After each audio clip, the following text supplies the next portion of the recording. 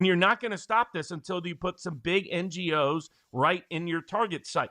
They're violating tax laws by what they're doing.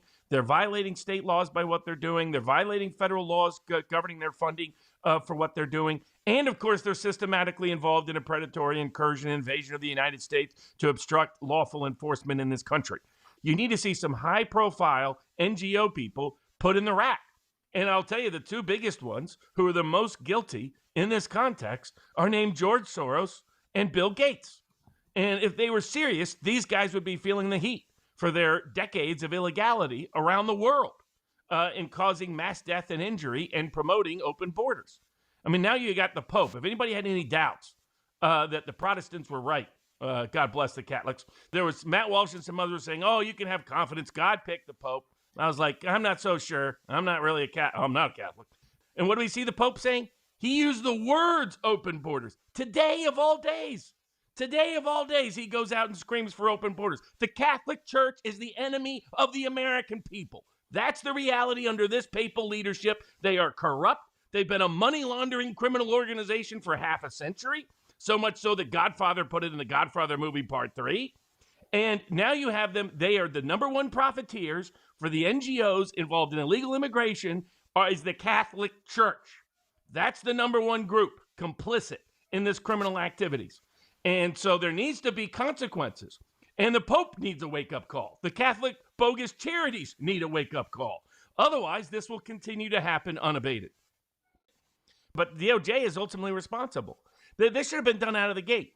They're not focused on this at all. They want the FBI to look like 1950s Dragnet. That's what they're focused on. I mean, Bongino was even doing the old post-9/11 script again. Look at all the terrorist events we've stopped. We didn't stop this one, Danny boy. And it was out there in the open with politicians saying they were going to do it. But because you've taken no action against James Comey, who's dog-walking you on a daily basis, this is what we get.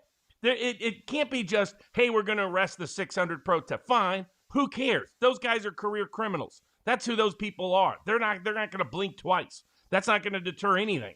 If you want to deter something, go after the people with the money that are spending the money to organize it. That's how you shut this down. There's a reason George Soros is banned from multiple countries, including his home country, because that's who this Nazi enabler is.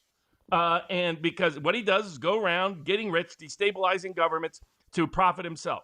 It's called open society for a reason.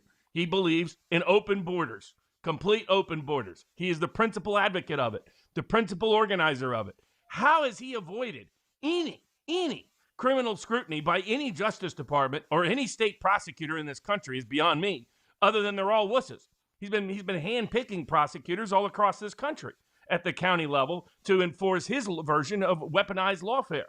And he has escaped any consequences. And the other big one, and it needs to be talked about, and some of my Catholic friends don't talk about it enough, Catholic charities are neck deep in this criminal operation, criminal money laundering. It's not a coincidence the Pope chooses this time when there's mass riots going on in L.A., but I guarantee you were promoted and pushed by Catholic charities that he's out there saying, we need open borders. He's making clear where they stand. Well, the Pope needs a wake-up call. The Catholic Church needs a wake-up call. George Soros needs a wake-up call. And Bill Gates needs a wake-up call. Or Pam Barbie ain't doing her job.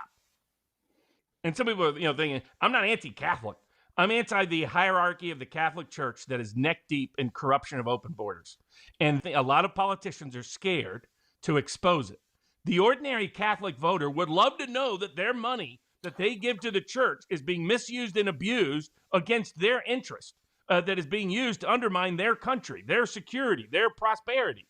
So this isn't about the ordinary Catholic, but I think too many politicians, too many prosecutors are scared of exposing the hierarchy of the Catholic Church being neck deep in this open borders campaign with criminals like George Soros.